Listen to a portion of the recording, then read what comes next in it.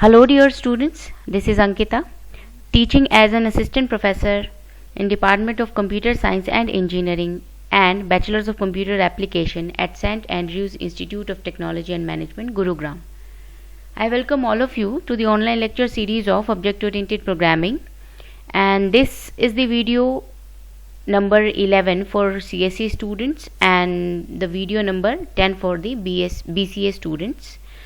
So in previous video we studied various type conversion techniques. So I have briefed those techniques with the help of this table which I have taken from the book Bala Guruswamy. Type to class type conversion and class type to basic type conversion and class type to class type conversion.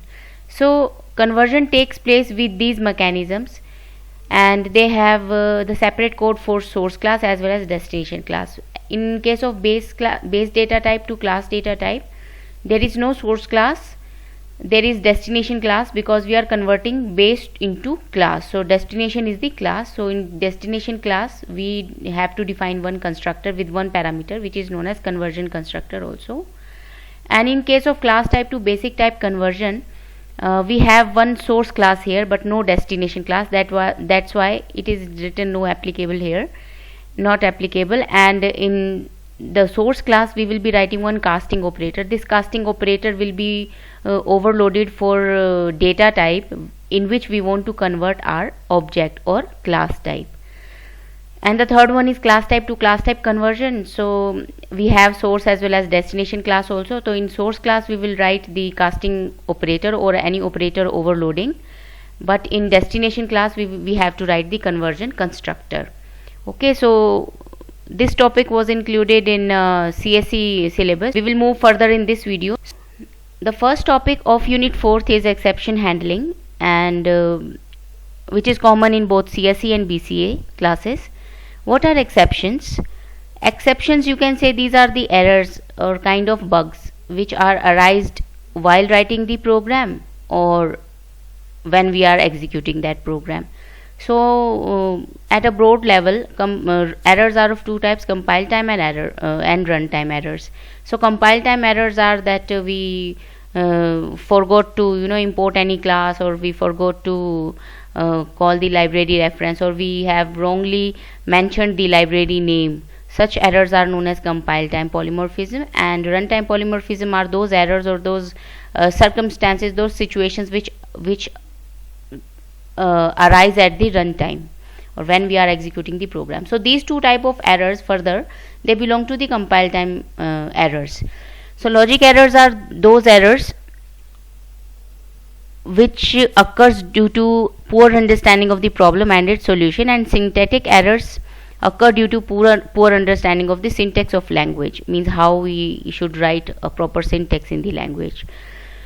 So such problems or errors when occur in the programming, they are known as exceptions. So these exceptions are, if we go with the definition, so these are the runtime anomalies or the unusual conditions that a program may encounter while execution.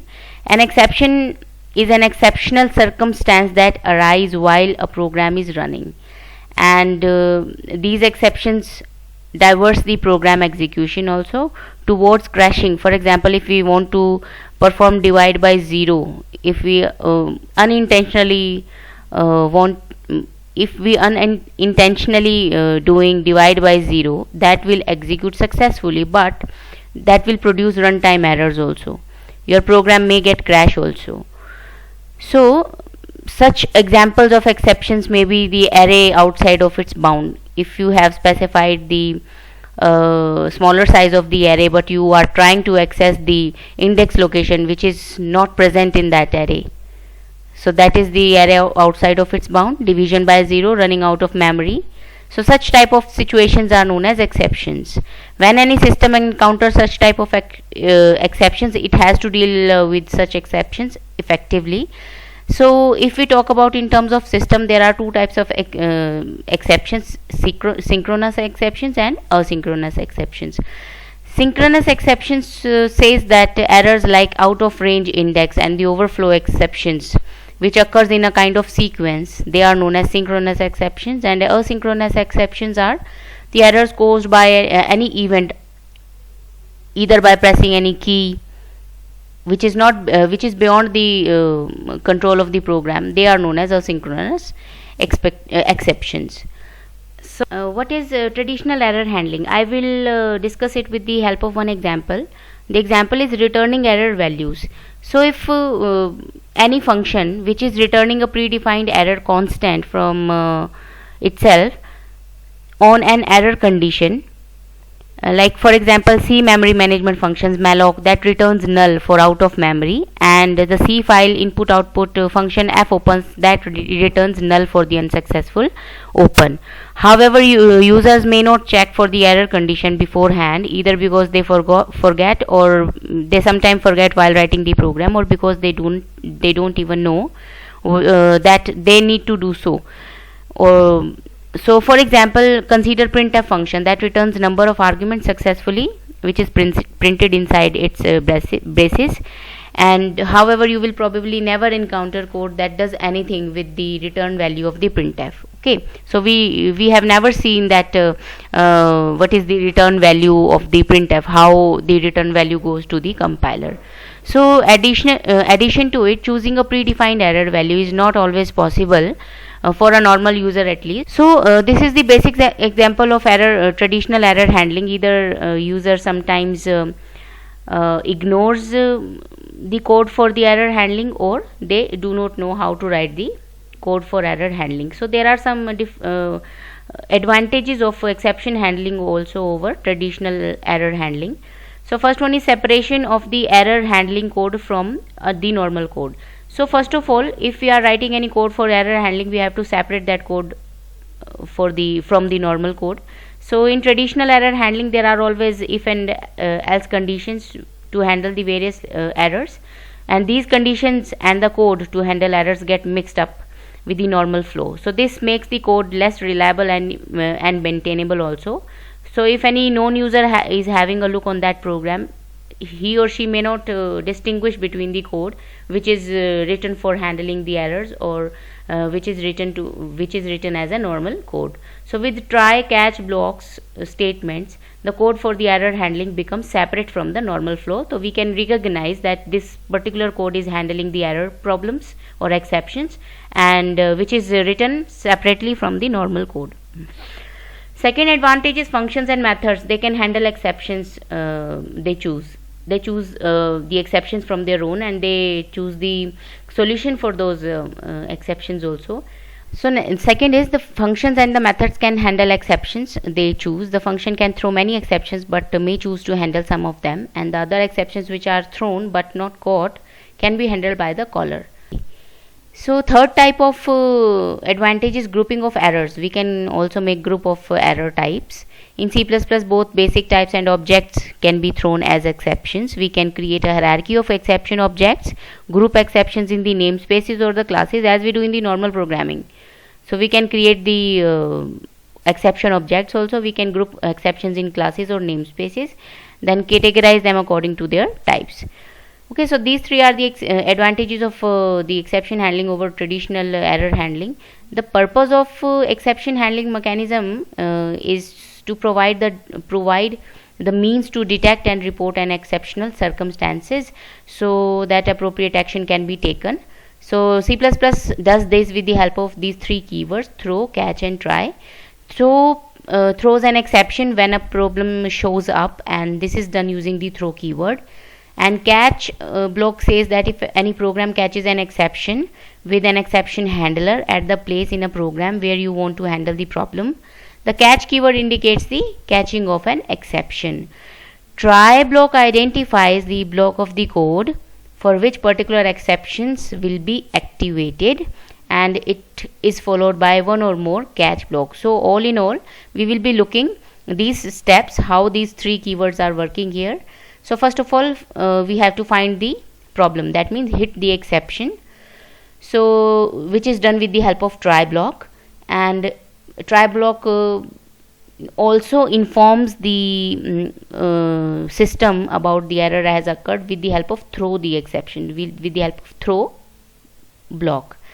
Then third step is receive the error information, which is known as catch the exception and take the corrective actions.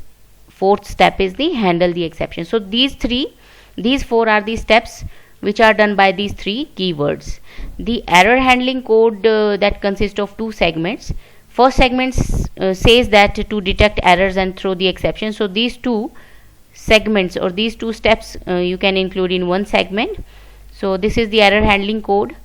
And to catch the exceptions and take the appropriate action. So these are the next two steps of the or segment of the error handling mechanism. So this is the diagram, pictorial view of how the try and catch block works. This is the try block which detects the exception and throw the exception towards the catch. So the exception object goes to the catch block where the error handling or the exception handling actions are taken here. So this diagram is taken from the E. Balaguruswamy. This unit of exception handling is very nicely defined in that book. So the exception handling mechanism, what I just said, that try blocks detects and throws the exception, then it goes to the catch block in the form of the exception object, and the catches takes the appropriate actions to handle that exception. They are written in this mechanism. So first of all, that block with the try keyword is used to preface the block of statements which may generate exceptions. So try will have such situation that may generate the exceptions, or if you know in advance that this particular code can produce exception, so you can write that code inside the try block. So the second step is when an exception is detected, it is thrown using a throw statement in the try block. And the third one is a catch block defined by the catch keyword, catches the exception thrown by throw statement in the try block and handles it appropriately. What I said about this figure I have written here in these steps. So next comes the syntax of try and catch. So try block starts with its curly braces, and this contains the throw statements where this protected code is written. Then after this code, catch exception name is mentioned. So these are the exception object, you can say. So any try block can have multiple catches also. So this is the example of having multiple catches. So E1, E2, E up to En. So as many catch statements a try block can have. So we will see each of these blocks or keywords separately. The code which can throw any exception is kept inside the try block, and I will just and then when the code will lead to any error, that error or exception will get caught inside the catch block.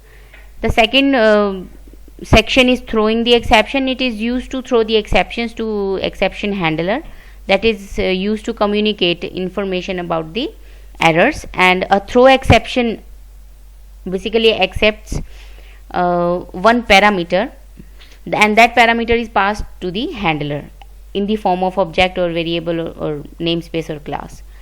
The exceptions can be thrown anywhere within a code block using a throw statement. The operand of the throw statement determines the type of the exception, that and can be any expression also, and the type of result of the expression that determines the type of exception thrown. So we will look at this with the help of examples also. So I will consider only the divide by zero exception here for the first video of this unit.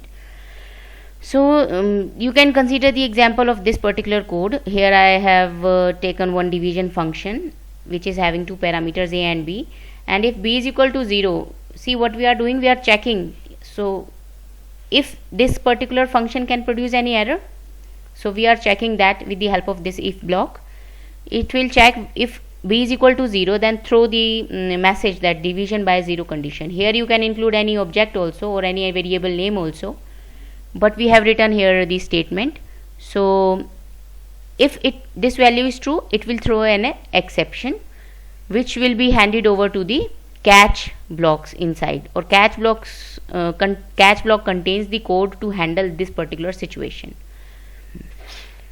So how we can rectify the problem of division by 0? By changing this particular argument, or parameter, we have to change its value. This function or this try, catch and block, try, throw and catch block will notify the user programmer that the b is equal to 0, and we cannot, or your program may result abnormally in this situation, so you have to change the value of b. So third step is, this is the return. After this particular throw statement, it will return the result, but it will notify also on the same end. Catching expression or catching exception says that the catch block is intended to catch the error and handle the exception condition. We can have multiple catch blocks to handle the different type of exception, as we saw in the syntax also, and perform different actions when the exceptions occur. For example, we can display descriptive messages also to explain why any particular exception occurred. This catch block followed by the try block catches an exception. You can specify what type of exception you want to catch, and this is determined by the exception declaration that appears in the parenthesis followed by the keyword catch. So this is the try block. Catch block is always written after the try block. So catch block will be having the object name or any expression. Come to this example, we will understand how these three blocks are working. So this is the function. I have taken the example of division by 0. This is the function. We can use if try catch block with the help of user defined function as well as in the main function itself. So this is the example of having user defined function. So I have made a separate function to divide the two number and with the name of division. So same code I have written. If b is equal to 0, then it will just throw attempted to divide by 0 and it will return. Okay, so next what will happen? Next main function starts, and in main function we have taken two variable with name m and n. For m I have taken 42 value and n is the having value 0. Then p is the variable which will store the division or result of the division. So this is the try block in main function. Obviously you want to check whether there is any exception or not. You will write the you will write the try block inside the main function. So this is the runtime problem, or any error which is an exception, that is a runtime problem. Then you will write the try block inside the main function. So what this try block will be doing, in this block we have called the function division, which will go to here, and it will check if b is equal to 0. Yes, b is equal to 0, the condition is true, that then it will throw an exception attempted to divide by 0, and it will display p, and it will from here, from this throw statement, the control will jump onto the catch, where a constant variable is defined with the character type, and this will print the msg message. This is the variable name. So what is happening here? This is the object. First of all, like cout and cin, this is the object of the ostream class, which represents the standard error, or you can say to define or to notify the system about an error, we call this object particularly. So in exception handling, basically we have used this CERR object. So because we are raising an exception of type const catch, so this catch is raising an exception of character type. So we have taken this character of constant. So we have to use the constant char in the catch block only. Because of what reason? That like I said, that throw will throw an exception, and it is throwing this particular statement, and this particular statement is of is a message basically. So is of character type, and this catch will catch this particular expression only. So that's why here the character type will be taken to store the message coming from the throws. So that's why it has to be a character type, because whatever throw is giving to the catch block should mention or should have the exception name of the same type. So this is the output of this particular program. And if we want to write the same program without using user defined functions, then in main function we have to take two variables a and b.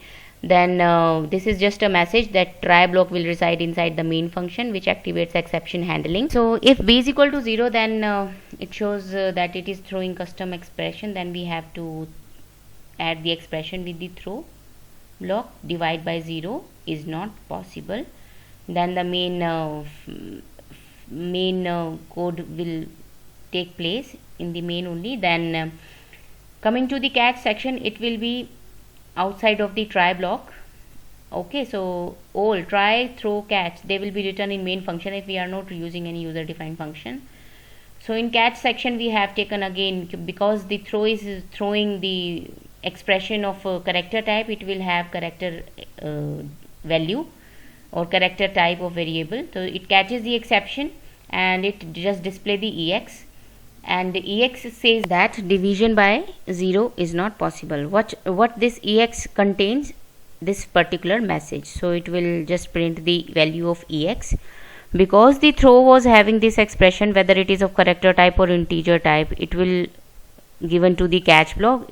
That catch block will save that in any variable of the same type, whether it is integer or character or float. Then it will display the issue. So then it will display the exception also. So to handle the exceptions, the first task is to notify the programmer about the exception occurrence. Okay, so the try catch block does the same thing to notify the programmer that exception is likely to happen or exception has happened. So in that case we have to take proactive actions, like if we get this particular message, on the second run we will just change this particular value with some value more than 0. So in that case your program will run smoothly without any exception. So this was the one catch block here only. Though we may have multiple exceptions in our program, then we can have multiple catches also. So consider this example. This is the array, and in this array you have the size of 3, and but we have taken here two indexes, 0 and 1. That 0 is having -1 and this is 2. So when we are traversing the values, I have stored this value into ex. So ex is any variable in which this value on this particular ith index or the i+1 index, that will be given to ex. So try catch will check that if ex is equal to 0, so all values should be positive, so it will check the value of ex is greater than 0. Then it will throw the numeric exception. If it is not more than 0, it will throw a character exception. So in both the cases we can have multiple catches inside our main program, but there will be only one try block. Try block further can have try blocks and then catch and try. You can say nested try catch block can be there. So but within a try block there can be multiple throw statements. So here, as you can see in this particular program, this is the catch to handle the exception for the numeric or the integer type ex, and this is the catch, again another block to handle the character type ex statement. So we have seen that we can have one catch in our program also, or we can have multiple catches. So this was the array, and the values entered was -1 and +2. So if the value is greater than 0, it will throw the numeric, or it will display the value as it is, or if it has the value less than 0, then it will show the character value of this particular program. I am not writing the output here, but you have to run this program and then see the output at your own through some online editor also. Okay, so you have to mention the output here in this particular section. Okay, so how to write the generalized catch block? Generalized catch block catches all type of exceptions. Like you can write one block for the catch, and it will handle all type of exceptions. Like consider the same example. Here I have taken the array x3 of having 3 index, -1 and 2 is there. So loop is there again, and it will be assigning value of x0 to ex on the first run. Then it will enter try block. It will see whether the value of ex is greater than 0. Then it will throw ex, and else it will throw ex. So here this is for the character type, and this is for the integer type. So generalized catch block is always written with this syntax. So catch keyword will be there, and in the parenthesis you have to write the 3 dots. It will show the special exception. So in both the cases it will display you the special exception. So whatever output will be there for the first type, it will display the special exception output, and for the second block also it will display the special exception. So both the exceptions, they are being catched by the single catch block, and we have even written the separate catch block also to handle integer and character separately. And in above program we saw that if the value of integer is an array x that is less than 0, we are throwing a numeric value as exception, and if the value is greater than 0, then we are throwing the character value as exception. And we have 2 different catch blocks for those of the exceptions. And in this specialized or generic or generalized catch block, we have written catch block only once. So next are the some standard exceptions in the C++, so which are responsible to handle different type of exceptions may faced during any logic error, or any out of range, any length error, or any runtime error. And in runtime error also there is range error, overflow, or underflow.